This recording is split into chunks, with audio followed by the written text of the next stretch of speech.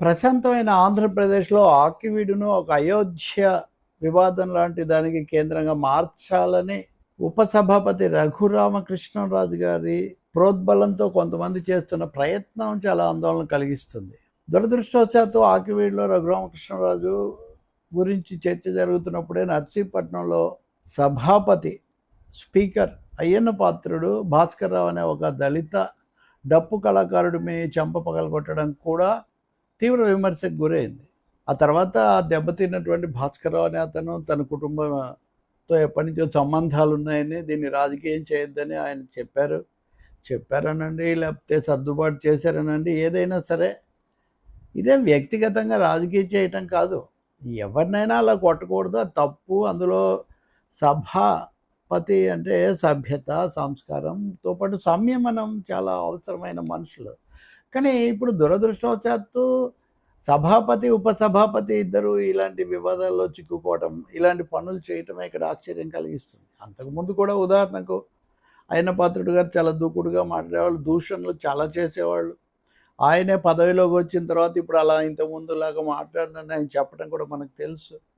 రెండోది, ఇంత చర్చ జరుగుతుంటే ఒక వివరణ ఇవ్వడానికి కూడా కాకుండా వాళ్ళతోనే లేదని చెప్పించటం అదేమీ వాళ్ళ పట్ల గౌరవాన్ని చూపించదు. సరే, అది అక్కడ అలా అట్టిపెట్టి ఆకివీడికి వస్తే, ఆకివీడిలో ఈరోజు విపరీతమైన టెన్షను, అరెస్టులు. మొన్నేమో విహెచ్పి ఆర్ఎస్ఎస్లకు సంబంధించిన వాళ్ళతో కూడా కలిపి రాజుగారు ఒక ఏదో ఏర్పాటు చేస్తాను, నిధులు సేకరిస్తాను, అది ఇది అంటే, ఇప్పుడు ఇంకొక ఆయన హరే కృష్ణ హరే రామ అనే ఆయన కాషాయ వస్త్రాలు వేసుకొని అక్కడికి వెళ్ళి ఆయన మరింత రెచ్చగొడుతూ ఉన్నాడు. ఆయన మీడియాలో అందరికీ తెలిసిన మనిషి.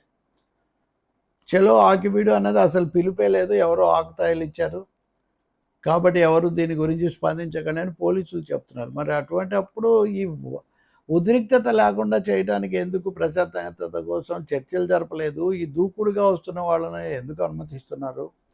మరోవైపును చూస్తే దళిత సంఘాలకు చెప్పిన నాయకులను లేదా కేవీపీఎస్ లాంటి వాళ్ళను అరెస్ట్ చేస్తున్నారు, గృహ నిర్బంధం చేస్తున్నారు, మహిళలు కూడా. ఇది చాలా పొరపాటు చర్య. ఎందుకంటే అక్కడ వాళ్ళకి సంబంధించిన గొంతేనమ్మ సందమ్మ ఆలయంలో రాముడి విగ్రహం పెట్టాలి, ఆలయం కట్టాలని వెళ్ళటం వల్ల ఈ వివాదం ఉత్పన్నమైంది. వాళ్ళు ఇంకొకరి స్థలంలోకి ఏమీ రాలేదు. దాని రికార్డులు తీసాము, అది ఇది ఇవన్నీ అంటున్నప్పుడు ఎందుకు రాష్ట్రాన్ని పాలిస్తున్నటువంటి కూటమి ప్రభుత్వ పెద్దలు, ముఖ్యమంత్రి కావచ్చు, ఉప ముఖ్యమంత్రి కావచ్చు, వాళ్ళు రాజు మీద దాడినే ఖండిస్తున్నారు. కానీ ఈ ఘటన ఇలా జరగకుండా ప్రశాంతత ఎలా కాపాడాలనేది వాళ్ళు ఆలోచించకపోవటం. పోలీసులు మరి వాళ్ళకి సరైన సమాచారం ఇచ్చారా లేదా మనకు తెలీదు.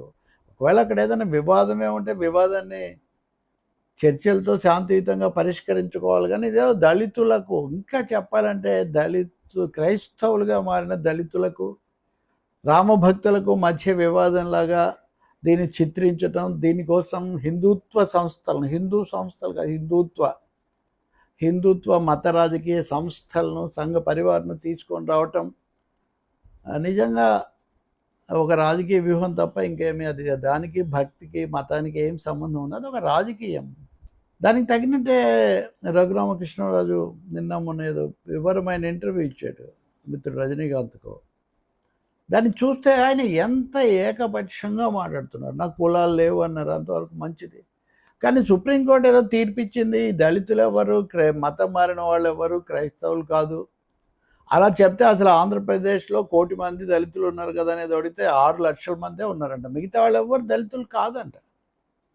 అంటే మతం మారినంత మాత్రాన వాళ్ళందరి హోదా మారదు, దీని మీద చెయ్యాలి, మళ్ళీ విస్తృత ధర్మాసనానికి, రాజ్యాంగ ధర్మాసనానికి తీర్పును తీసుకుపోవాలి అనే ఒకవైపున అనేక ప్రతిపాదనలు వస్తుంటాయి. ఏకపక్షంగా అయినా సుప్రీంకోర్టు తీర్పుకు ఆకివీడులో వచ్చినటువంటి స్థానిక మతతత్వ వివాదానికి ఏంటి సంబంధం? ఈ రెండింటికి ముడిపెట్టడం ఏంటి? దాన్ని బట్టి ఇప్పుడు ఎన్ని చర్చలు ఉన్నాయి, ఎన్నిటికి అనుమతులు ఉన్నాయి, ఎన్ని లేవు, ఇవన్నీ సర్వే చేయమని ఈయనకి ఏమన్నా అధికారం ఇచ్చారు? ఎవరైనా అవసరం ఏముంది? అంటే పెంచుతారా, తగ్గిస్తారా? ఎప్పుడైనా పెద్ద మనుషులు పదవుల్లో, బాధ్యతల్లో, మరీ ముఖ్యంగా రాజ్యాంగ పదవుల్లో ఉన్నవాళ్ళు చేయవలసింది ఏంటి? ప్రశాంతత వైపు ఉండాలి, వివాదాలుంటే పరిష్కరించాలి, బలహీనులకు లేకపోతే దిగువ వాళ్లకు న్యాయం జరిగేట్టు చూడాలి. ఇక్కడ జరుగుతుంది పూర్తిగా రివర్స్. దీన్ని అవకాశంగా తీసుకొని ఇక్కడ తగాదా పెంచే ప్రయత్నం ఇక్కడ జరుగుతుంది. దీన్ని ఇంకా మతాల మధ్య దీనిలాగా మార్చటం, అసలు చర్చిలు ఎన్నున్నాయి, అక్కడ ఏం ప్రార్థన చేస్తున్నారు. ఈ ఇంటర్వ్యూలో అయితే కనుక ఆయన ఒక విధంగా ప్రార్థన ఎలా చేస్తారన్న దాన్ని కూడా కొంచెం అపహాస్యంగా ఆ ప్రస్తావన కూడా చేస్తున్నారు. ప్రభువా అని వాళ్ళు ఇలా ప్రార్థిస్తారా? నిజంగా ఇదేమన్నా పెద్ద మనుషులు చేయాల్సిన పనేనా? ఇలా ప్రార్థిస్తారా, అలా ప్రార్థిస్తారా? ఎవరు ఎలా ప్రార్థిస్తారో వాళ్ళు చూసుకుంటారు. ఇంకోటి కూడా చూడండి, తన మీద విమర్శలు చేస్తున్న వాళ్ళని ఆయన పదే పదే నలుగురు కుమారులు అంటే మనకు తెలుసు కదా, క్రైస్తవులు దేవుని ఈ జీసస్ను వాళ్ళు దేవుని కుమారుడు అంటుంటారు కాబట్టి కుమారులని వీళ్ళు కుమారులు అయితే అయిండొచ్చు. కానీ తను మాట్లాడే ప్రతి మాట యొక్క ప్రతి అక్షరం యొక్క ప్రభావం ఏంటి బాగా తెలిసినటువంటి వ్యక్తి ఆయన. అటువంటి వ్యక్తి ఇంకా పెంచేసి 6 లక్షల మంది దళితులు ఉన్నారు ఆంధ్రప్రదేశ్లో అని చెప్తున్నారంటే వాళ్ళల్లో ఒక ఉద్వేగం పెంచడానికి ప్రయత్నిస్తున్నారు. లేకపోతే వీళ్ళందరినీ దళితులు కాదని చెప్పేసి వాళ్ళకున్న రిజర్వేషన్లు, వాళ్ళకున్న సదుపాయాలను తీసేయాలని చూస్తున్నారు. సుప్రీంకోర్టు వ్యక్తులకి అధికారం ఇచ్చిందా? అసలు ప్రభుత్వాలకు ఇచ్చిందా? మీరు సర్వేలు చేసి వెంటనే ప్రకటించండి. కులగణన ఏదో జరుగుతుంది, జనగణనతో పాటు కులగణన అది వస్తుంది. అంత లోపల ఇవన్నీ ఎందుకు చేస్తున్నారు? మూడవది మందకృష్ణ మాదిగ, ఆయన విషయం మీద మాట్లాడారు, మంచిగానే మాట్లాడారు. కుల వివక్ష వల్లనే మమ్మల్ని అస్పృశ్యులుగా అంటరాని వారిగా చూడడం వల్లనే భారతదేశానికి నష్టం జరిగిందన్నారు. బాగానే ఉంది. కానీ ఎవరి మీద అయినా ఎక్కువ పెట్టాలి?